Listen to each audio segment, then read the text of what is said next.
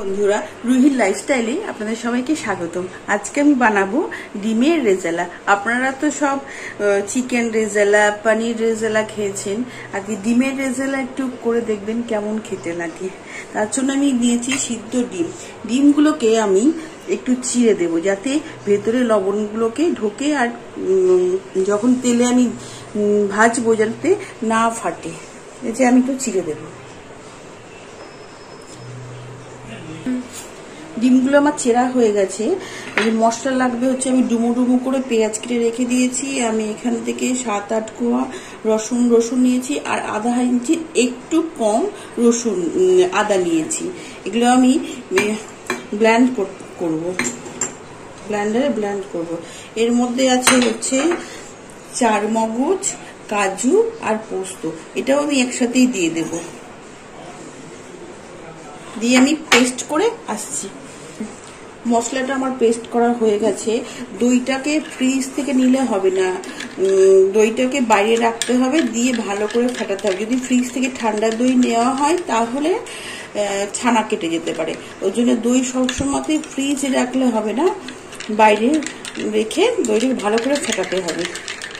আমি দইটাকে ভালো করে ফেটিয়ে নিয়েছি। এবার ফোড়নের জন্য হচ্ছে আমি গোলমরিচ, দারচিনি, শুকনো লঙ্কা, তেজপাতা, হচ্ছে জায়ফল, জয়িত্রী আর হচ্ছে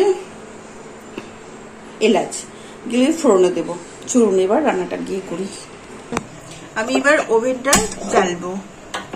জেলে আমি এখানে রিফাইন অয়েল দিয়ে করবো। আপনারা সরষের তেল দিয়েও করতে পারেন, আমি রিফাইন অয়েল দিয়ে করছি। আমি 4 চামচ মতো রিফাইন অয়েল দেব। আমি এর মধ্যে একটু লবণ দিয়ে দেব।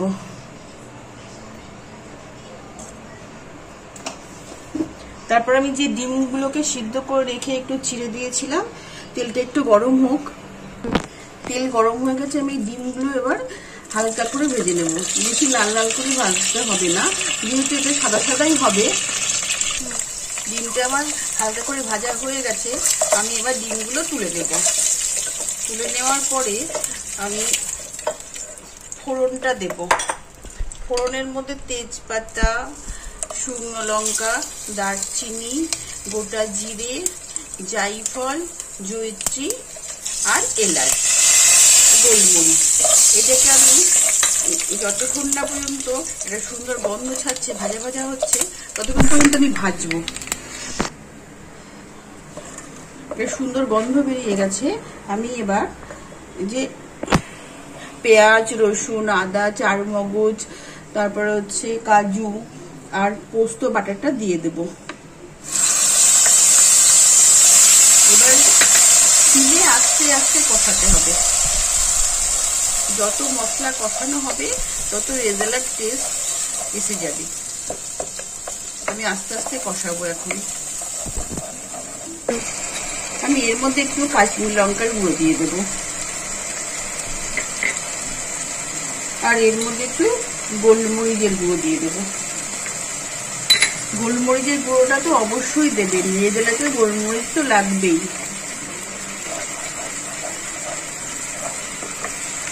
কাশ্মীরি লঙ্কার গুঁড়ো দিলাম, একটু লাল লাল টাইপের হয়ে গেল, কিন্তু এটাতে হলুদ একদমই লাগবে না। আমি ভালো করে মশলাটা একটু কষিয়ে নেওয়ার পরে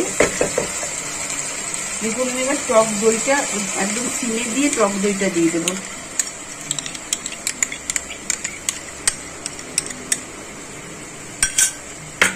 এবার আমি ধীরে ধীরে নাড়াচাড়া করব, ধীরে ধীরে নাড়াচাড়া করব। যখন তেল ছেড়ে যাবে মশলাটা কষানো হয়ে যাবে। আমি এখন এটা 3 মিনিট মতো কষাবো। 3 মিনিট মতো এটা কষাবো। আমি এর মধ্যে একটু চিনি দিয়ে দেব। যেহেতু টক দই দিয়েছি ওই জন্য আমি চিনিটা দিলাম। দিয়ে আমি একটু কষাবো। ভালো করে কষানো হয়ে গেলে 3 মিনিট মতো কষাবো, যাতে তেলটা ছেড়ে যায় এখান থেকে, আর রেজালাটাতে টেস্টটা বেড়ে যায়। আমি সামান্য একটু লবণ দেব, এটা পরে দেবো একটু, আগে মশলাটা কষে যান। দেখুন তেল ছেড়ে আসছে। এবার দেখুন মশলার তেলটা ছেড়ে গেছে। আর আমি যে মশলা করেছিলাম বাটিতে, সেই বাটিতে ওই মশলার জলটা আমি একটু দিয়ে দেব। জলটা দিয়ে দেব। আমি আর একটু সামান্য জল দেব।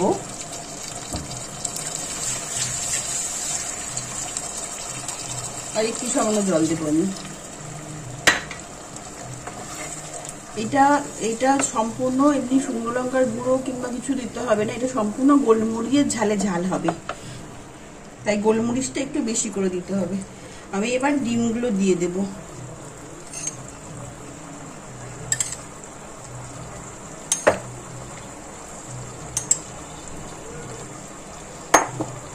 আমি আরেকটু গোলমরিচের গুঁড়ো দেব। গোলমরিচের একটু গুঁড়ো দেব, একটু নাড়াচাড়া করব। তারপর আমি সামান্য লবণ দেব। আমি তো লবণ প্রথমে তেলের মধ্যে লবণ দিয়ে দিয়েছিলাম, তারপর সামান্য লবণ দেব। দিয়ে আমি এটাকে 7 মিনিট মতো ঢাকা দিয়ে দেব। 7 মিনিট মতো ঢাকা দিয়ে দেব। 7 মিনিট পর আমি ঢাকনাটা খুলবো। এইভাবে আপনারা রেজালা বানিয়ে খাবেন, দেখবেন দারুণ টেস্ট হয়। আমার সিমে ছিল, হয়ে গেছে। আমি এবার এখানে বাটার দিয়ে দেব। আপনারা তেল আর প্রথমে যখন ডিমগুলো ভাজা হয় তখন যদি তেল আর ঘি কিংবা বাটার দিয়ে ভাজেন তাহলে আর একটু বেশি টেস্ট হয়। আমি বাটারটা লাস্টে দিলাম।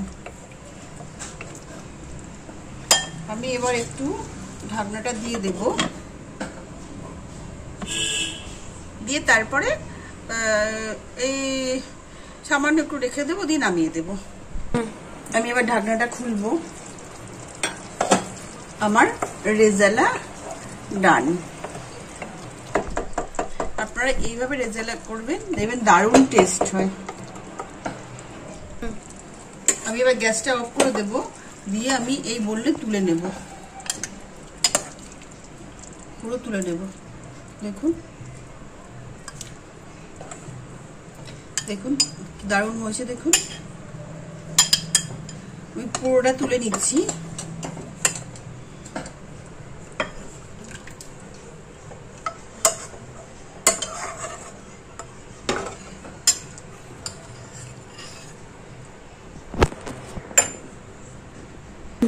দেখুন আমার ডিমের রেজালা রেডি হয়ে গেছে।